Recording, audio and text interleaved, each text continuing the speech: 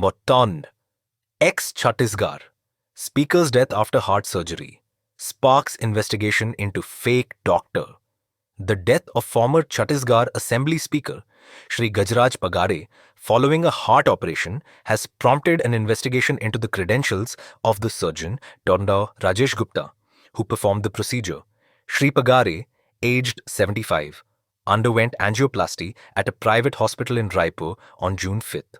He experienced complications post-surgery and was subsequently shifted to Nagpur for further treatment, where he passed away on June 11th.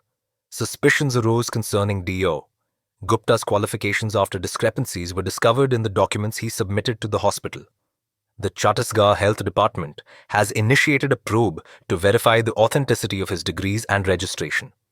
Preliminary investigations suggest that D.O.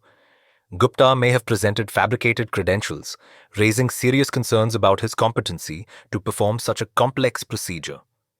The Raipur District Administration has filed a First Information Report, FIR, against D.O. Gupta under sections pertaining to cheating, forgery, and impersonation. Authorities are also investigating the hospital's role in verifying the doctor's credentials before granting him operating privileges. The hospital administration maintains that they diligently scrutinized the documents provided by D.O. Gupta, but the ongoing investigation will determine if there were any lapses in their verification process. This incident has sparked a wider debate about the prevalence of fake doctors and the urgent need for stricter regulations and more robust verification mechanisms within the healthcare system. The tragic demise of Shri Pagare highlights the potentially fatal consequences of unqualified individuals posing as medical professionals and underscores the importance of patient safety and accountability within the medical fraternity. Digital Personal Data Protection Bill undermines. RTI, opposition claims. The opposition India bloc has voiced concerns that the Digital Personal Data Protection Bill 2023, passed by Parliament, will weaken the Right to Information RTI Act. They argue that certain provisions within the new data protection law could restrict access to information previously available under the RTI Act, thereby undermining transparency and accountability. The bill, which replaces the earlier, more stringent Data Protection Bill of 2019, has been criticized for granting wide exemptions to the government regarding the disclosure of personal data. The India bloc argues that these exemptions could be misused to shield information that should be publicly accessible. They highlighted the provision allowing the government to exempt any instrumentality of the state from the purview of the law, potentially creating loopholes for concealing crucial information. Specifically, the opposition pointed to Section 18(2) I of the RTI Act, which exempts information available to a person in his fiduciary relationship. They argue that the new Data Protection Bill, by emphasizing the fiduciary relationship between the government and citizens' data, strengthens this exemption. This, they fear, could be interpreted broadly to deny legitimate RTI requests related to government functioning. Leaders within the India bloc, including Shri Adhir Ranjan Chaudhary, Shri Adhir Ranjan Chaudhary of the Congress, and Shri Derek O'Brien of the Trinamool Congress, have strongly criticized the bill. They have expressed concerns that it could potentially enable the government to hide information regarding public interest projects, allocation of funds, and other crucial governmental activities. They have called for greater clarity on these provisions and stressed the need to maintain the efficacy of the RTI Act, a vital tool for ensuring governmental transparency and accountability. The opposition's concern is that this new bill could significantly weaken the public's right to know and hold the government accountable. Douglas Nirbhaya, prosecutor to lead. NIA case. Special Public Prosecutor Shri Rajiv Mohan, who played a crucial role in the 26/11 Mumbai attacks case, particularly in the extradition of co-conspirator David Coleman Headley, has been appointed to lead a significant National Investigation Agency NIA case. Mohan, known for his meticulous approach and legal acumen, successfully prosecuted the perpetrators of the horrific Nirbhaya gang rape and murder case. His involvement in the 26/11 case was equally impactful. He played a key role in securing the extradition of Headley from the US, a crucial step in uncovering the conspiracy behind the Mumbai attacks. Headley's testimony proved invaluable in understanding the planning and execution of the attacks, which claimed hundreds of lives. Mohan's expertise in handling complex international legal procedures and navigating sensitive geopolitical issues was instrumental in bringing Headley to justice. While the details of the new NIA case remain undisclosed, the appointment of Mohan underscores its importance and complexity. His experience with high-profile cases involving terrorism, international cooperation, and meticulous evidence gathering makes him a formidable choice to lead the prosecution. The NIA's decision reflects the agency's commitment to securing convictions in critical national security matters.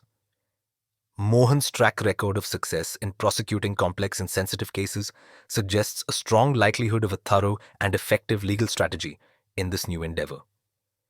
The public awaits further details regarding the nature of the case and the specific charges involved.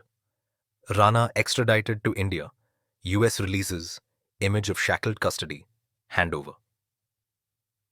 The United States has extradited Tahawwur Hussain Rana to India for his alleged role in the 2008 Mumbai terror attacks, a significant development in the pursuit of justice for the victims. The US government released the first image of Rana's custody handover to India's National Investigation Agency, NIA, showing him with his legs and waist shackled.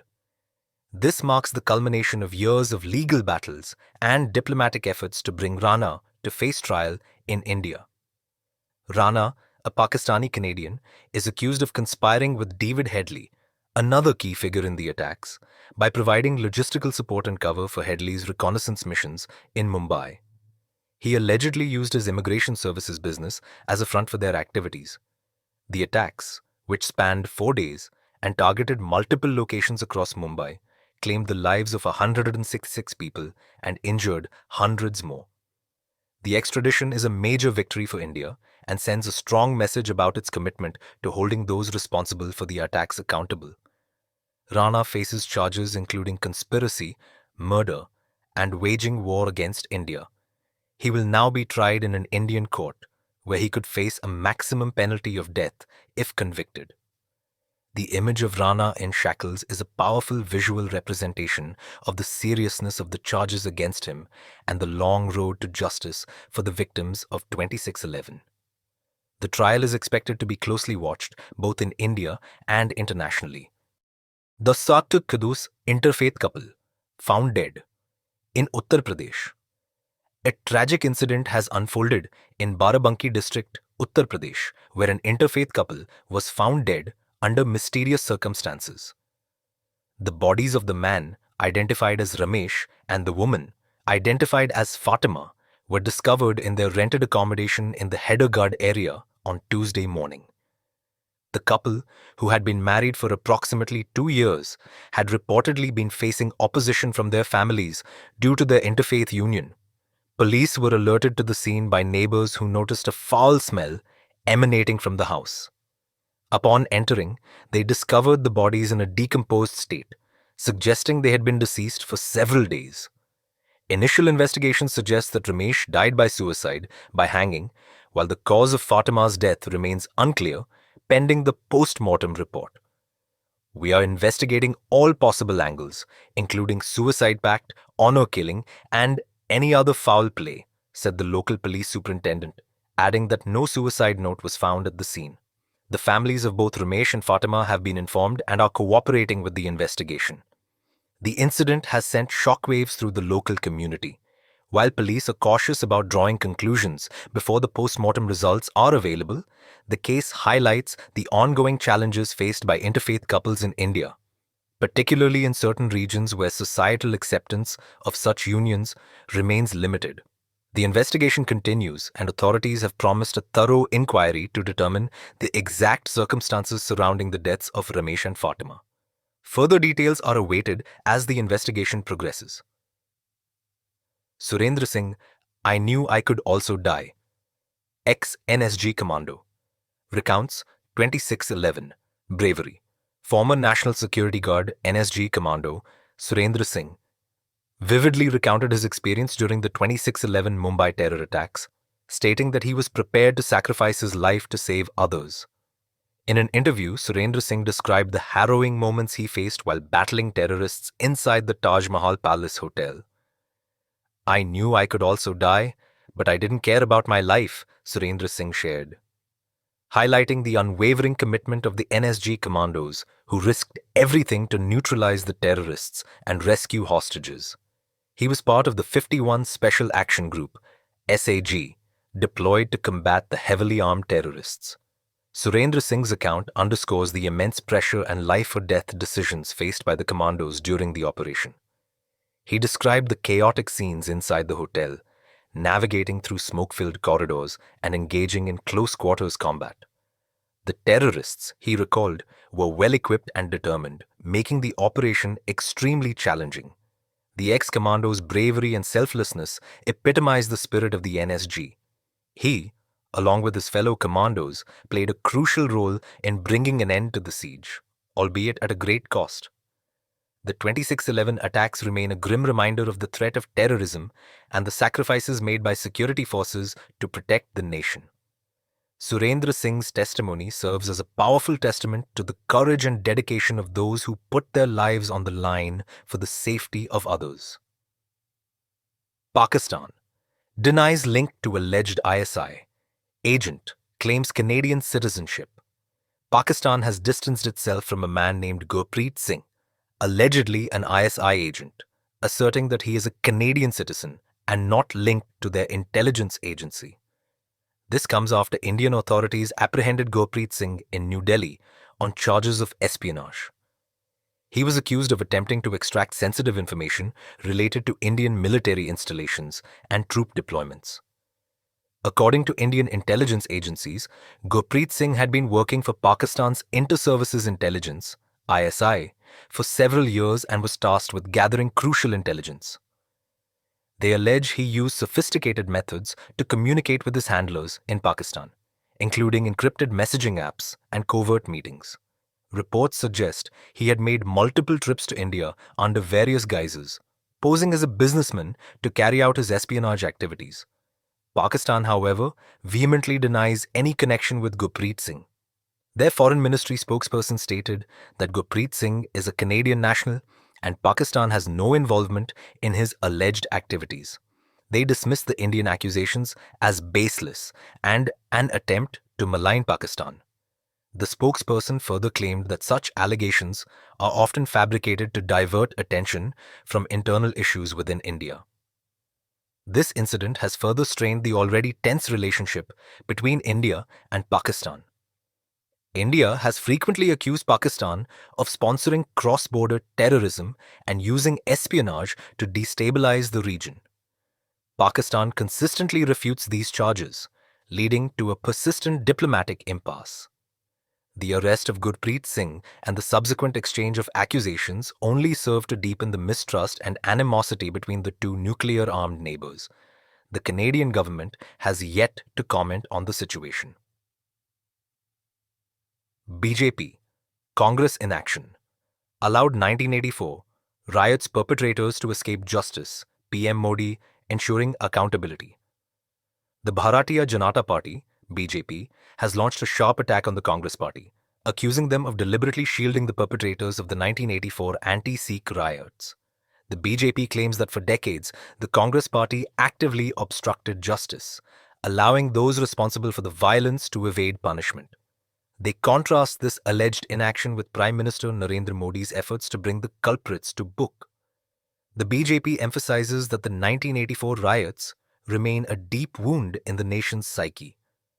They allege that the Congress Party's failure to act decisively after the assassination of Indira Gandhi emboldened the mobs that targeted the Sikh community.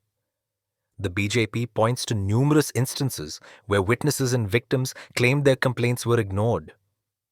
Investigations were stalled and political influence was used to protect the accused.